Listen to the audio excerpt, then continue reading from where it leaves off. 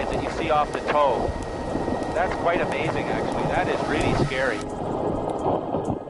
As the year 2010 approaches, and so do the Winter Olympic Games, one ongoing problem in the mountains of British Columbia is becoming more pressing: the threat of landslides. One danger zone is the sea-to-sky highway between Vancouver and Whistler. But Whistler itself is also at risk from loose earth above Fitzsimmons Creek.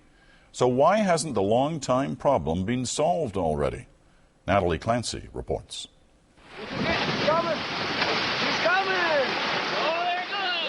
They are a fact of life in the mountains, so common you can't get insurance against them. Landslides kill 3 people a year in BC, about the same as lightning strikes. The difference is, deadly landslides can be prevented. Geological engineers can predict them and prevent them. In January 2005, CBC videotaped this crack at Fitzsimmons Creek near Whistler. Those are brand new slides that you see off the toe.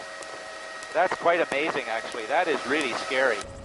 Geotechnical engineer Frank Baumann has been studying the area for years. Back then, he said the mountain was slowly slipping away, which could trigger a landslide. Another big, massive chunk, will come down, and then a big, massive wall of water and mud would come down the creek here and overwhelm the parking lot. At that time, the province and the municipality were arguing over what to do and who should pay. The slump of loose earth sits on provincial Crown land, yet hovers over the municipality of Whistler. The province hired an engineering firm to come up with a plan, and it did. This is exactly what experts say the province needs to build to protect Whistler from a slide at Fitzsimmons Slump.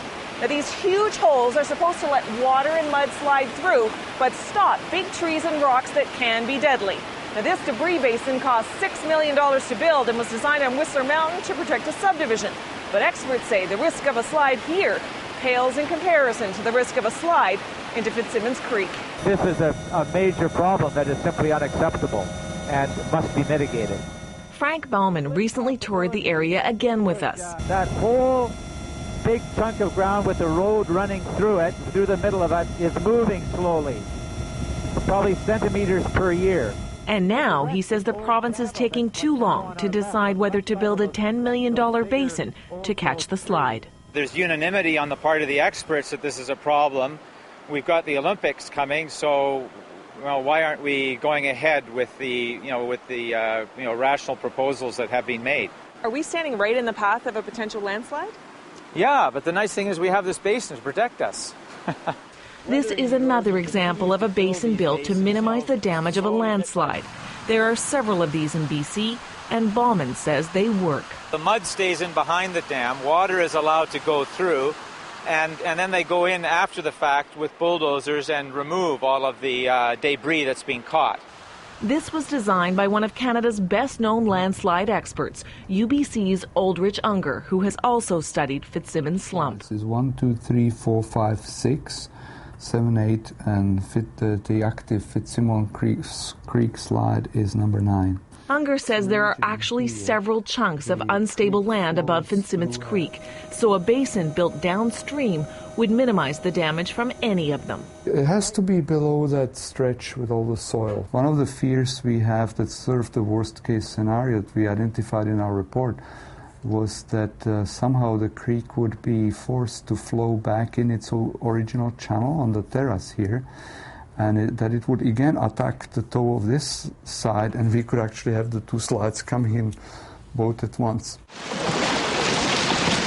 The risk of landslides in and around Whistler is getting a lot more attention as the 2010 Olympics get closer. Scientists at the Geological Survey of Canada are now mapping all the area's trouble spots, especially just down the valley from Fitzsimmons, the sea-to-sky highway between Vancouver and Whistler, where dozens of people have died in slides over the years. On this photo, you see the whole of the landslide, and its toe touches the highway right here. Using air photos and a stereoscope, Andre Blaise-Stevens measures the cracks most likely to break away. You'll look at certain types of fractures, and you look to see if they've spread over time. Provincial emergency officials will then use her maps to negotiate with federal emergency planners to spend more money trying to minimize the risk. BC already spends more than $5 million a year to stabilize loose rocks. I would never be surprised to hear about a new landslide on that highway. Historically, there's about 15% of the Canadian casualties related to landslides have occurred on that highway or in the corridor itself. If that comes down, that they in fact are stopped by that catchment basin. Frank Bowman warrants a few $1 million to build more basins along the highway and at Fitzsimmons will save lives. Well, the worst case scenario at Fitzsimmons Slump would be a situation where you have a whole bunch of people in the parking lot. And if that slump blocked the creek and a big outburst flood happened at that time, you could have dozens of people, in the way of that debris flow, and you could have, dozens of people that would die. Tori Saranen practices jumps every day in the direct path of a Fitzsimmons slide. He says, build the basin. A good idea, and we would be safer. In this laid-back resort town, most villagers accept the risk as part of mountain life. But Whistler's mayor, Ken Melamed, says a basin makes sense.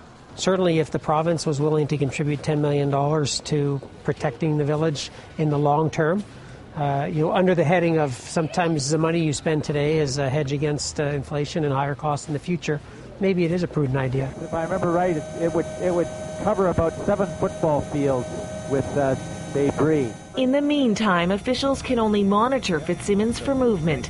And now that the rainy season is here, when landslides are most likely, they'll be watching closely. Natalie Clancy, CBC News, Whistler.